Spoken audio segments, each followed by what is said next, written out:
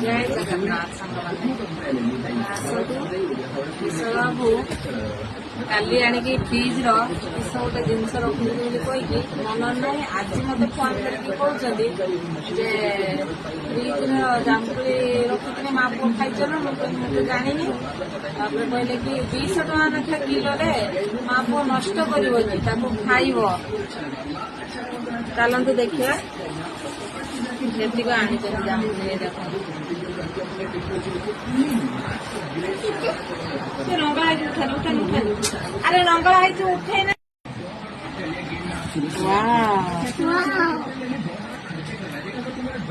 କେମିତି ଦେଖାଯାଉଛି ଜାମୁକୋଳି ଦେଖନ୍ତୁ ଜାମୁକୋଳି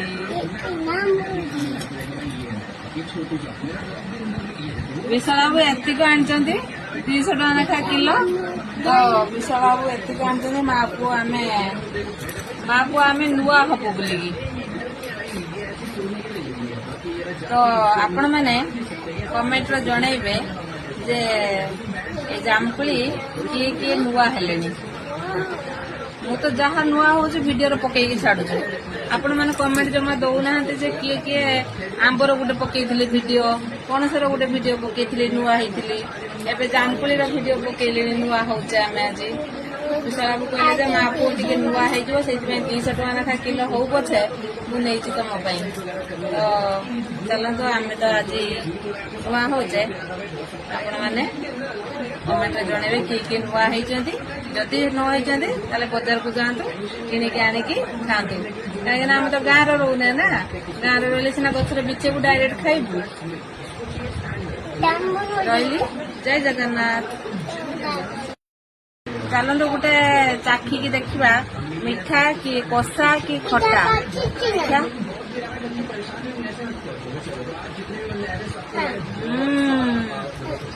टेस्टी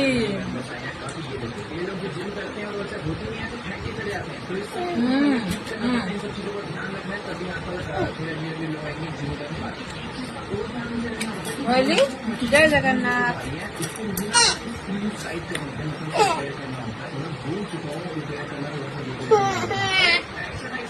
जामकोली गोटे फोटो उठे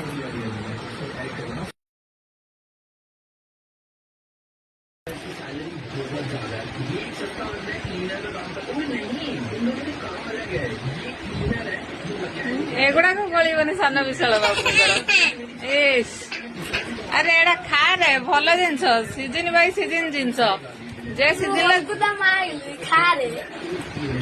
जे सीजन जे फल बाहर खाइने सेटा देह पाई भल ठीक कहली कि नहीं सांग माने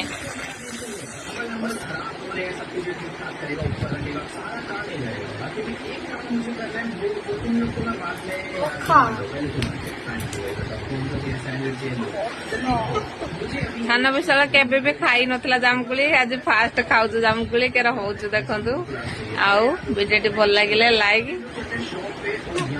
फॉलो सब्सक्राइब निहाती करिवे संग माने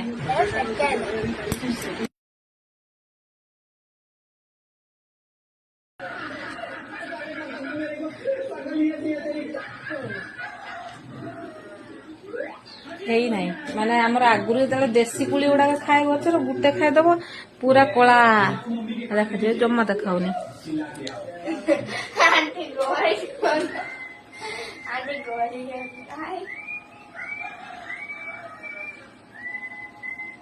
ठीक अछि आ देख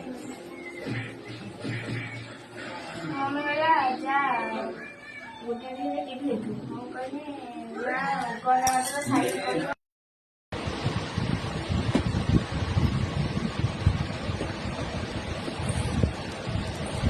छुआटा किस हे ता ना किस जाचु किस जानू ना कुलीर ना किस जानू ना सत एटा खजीर कुली रेट केते पचारदेनी सांग माने कई नुआ हेलेनी खजीर कुली पचार आ गोटे खाई देख मीठा नागुची केरा नागुचु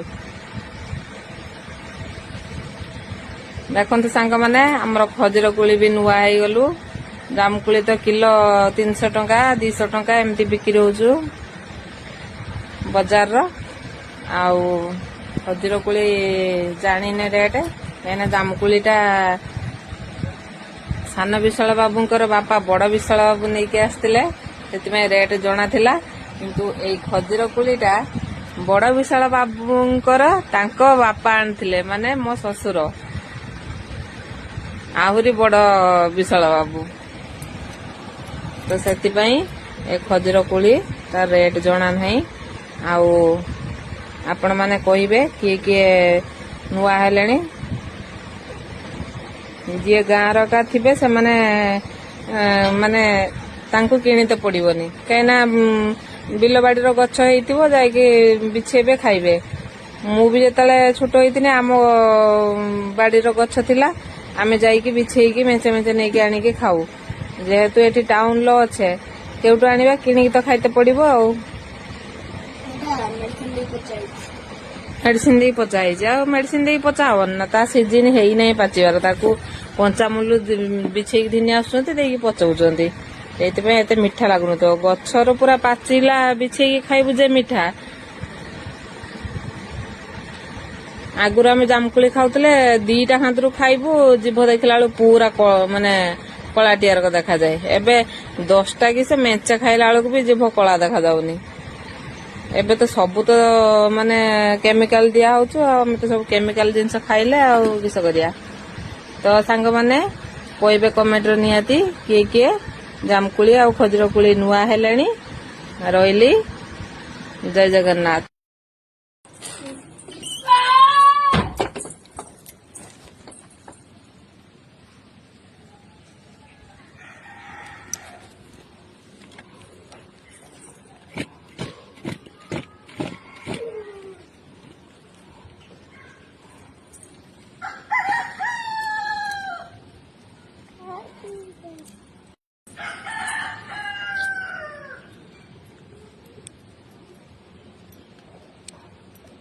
Chiku, Chiku, hey, Chiku, hey.